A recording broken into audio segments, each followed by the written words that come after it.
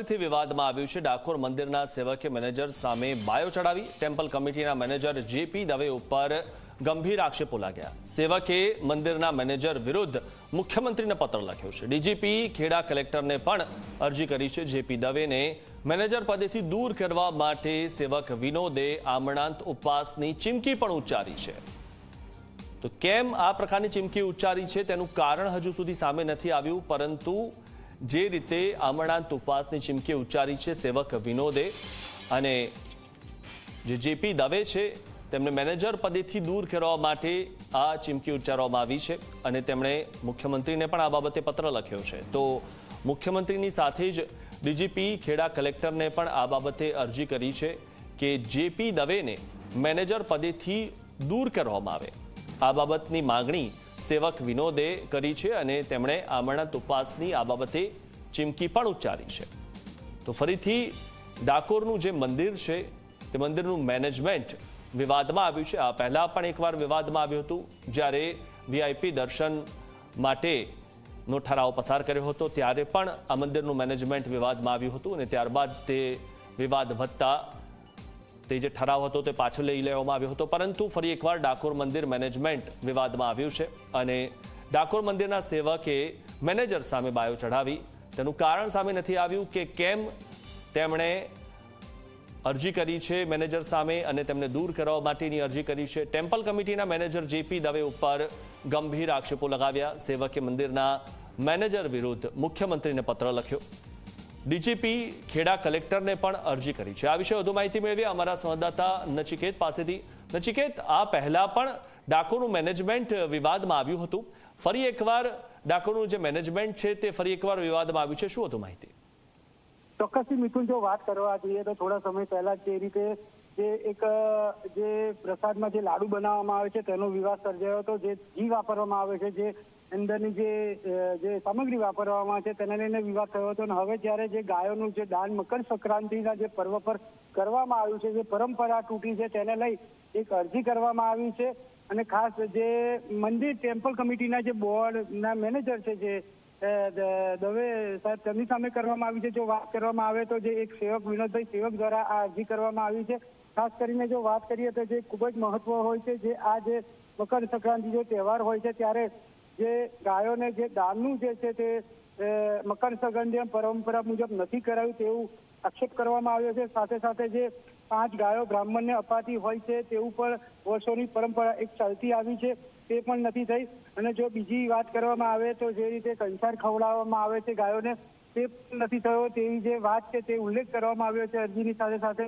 અને આ જે અરજી છે તે કરવામાં આવી છે। જો વાત કરવામાં આવે તો હવે જ્યારે આ જે હાલ અત્યારે જે અરજી કરવામાં આવી છે, પત્ર લખવામાં આવ્યો છે અને ખાસ કરીને જો વાત કરીએ તો ટેમ્પલ કમિટીના મેનેજર પર મામલતદાર કાર્યકાળ દરમિયાન પર અમુક જે છે તે આક્ષેપો તેનો ઉલ્લેખ પણ કરવામાં આવ્યો છે। જો આ જે અરજી છે તે ભરતભાઈ ખંભોલિયા, અરુણભાઈ મહેતા અને છાવરતા હોવાની વાત પણ અંદર અરજીમાં જે છે તે રજૂઆત કરી છે। અને હવે જો જી નચિકેત, આપ અમારી સાથે જોડાયેલા રહો। તો જે સેવક વિનોદ છે તેમણે જે ચીમકી ઉચ્ચારી છે તે આપણી સાથે ફોન લાઈન પર જોડાઈ ચૂક્યા છે। વિનોદભાઈ, આપનું સ્વાગત છે ઝી 24 કલાકમાં। આપે કેમ આ પ્રકારની ચીમકી ઉચ્ચારવી પડી અથવા તો આ પ્રકારની આપે અરજી કરી છે જે મેનેજર સામે, એમનો વાંક ગુનો શું છે? એ અમારા મંદિરના મેનેજર છે જી જેપી દવે, સંભળાય છે? હાજી હાજી, બોલીએ। હેલો। હા હા વિનોદભાઈ, આપ આપની વાત કહો।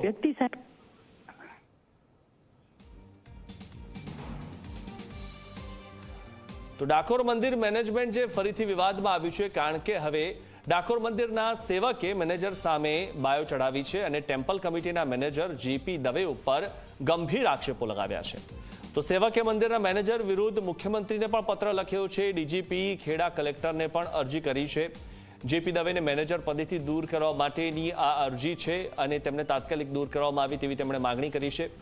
તો સેવક જે વિનોદ છે તેમણે આમરણાંત ઉપવાસની ચીમકી પણ ઉચ્ચારી છે।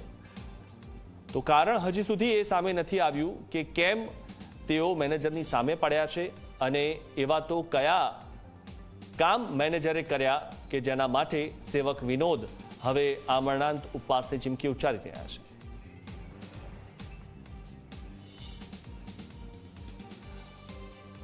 તો જે મેનેજરની સામે આ આક્ષેપો થયા છે, જેપી દવે, તેઓ હાલમાં આપણી સાથે ફોન લાઈન પર જોડાઈ ચૂક્યા છે.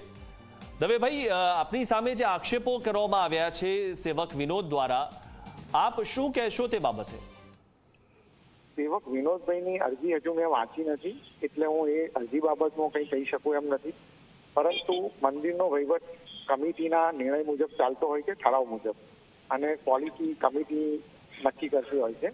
અને ઘણા સેવકોને, ઘણા કર્મચારીઓને જે કંઈ અમારી વહીવટી કામગીરી ચાલતી હોય એથી નારાજગી હોય એટલે આવી અરજીઓ કર્યા કરતા હોય છે. જી જી જી દવેભાઈ, આપ અમારી સાથે જોડાયેલા રહો. સેવક વિનોદ જે છે, જેમણે આપની પર આક્ષેપ કર્યા છે, તે પણ આપણી સાથે જોડાઈ ચૂક્યા છે. વિનોદભાઈ, આપનું સ્વાગત છે. વિનોદભાઈ, દવેભાઈ પણ આપણી સાથે જોડાયેલા છે ફોન લાઈન પર. આપ કેમ આ પ્રકારના જે આક્ષેપો કહી રહ્યા છો, કયા આક્ષેપો આપે કર્યા છે? અને આપ સીધા દવેભાઈ સાથે પણ વાત કરી શકો છો, આપે જેમને પર આક્ષેપ કર્યા છે. મેં દવે નોકર તો શું વાત કરવાની, તમે જવાબ દો એટલો નીકળે એવો દો. જી જી જી, બોલો બોલો બોલો.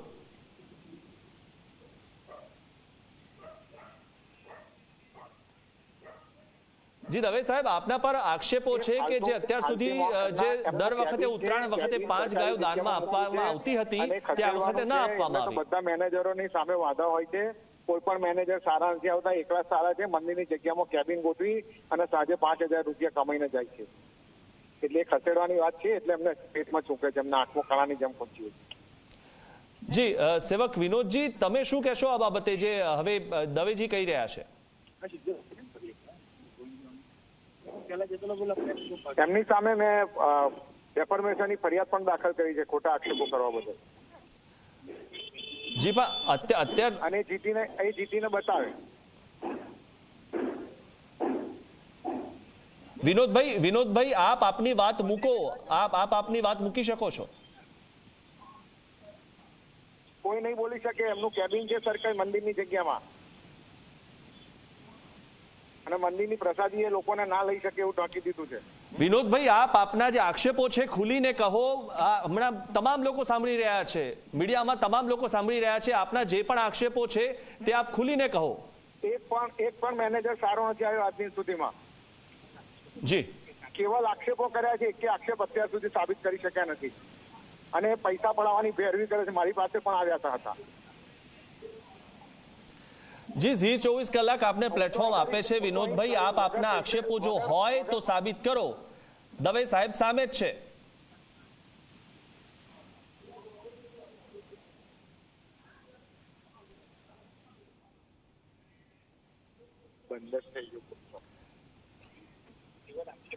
દવેજી, આપ હવે શું આગળ કાર્યવાહી કરશો? કારણ કે આપના પર જે રીતે આરોપો થયા છે, મુખ્યમંત્રી સુધી પણ આ બાબતે પત્ર લખવામાં આવ્યો છે. સામે મેં ડેફર્મેશનની ફરિયાદ પણ ડાકોર કોર્ટમાં દાખલ કરી છે. જી, અને એ આ રીતે ટેવાયેલા છે. બધા મેનેજરોને આ રીતે સવારથી 7 સુધી અરજીઓ કરતા હોય છે.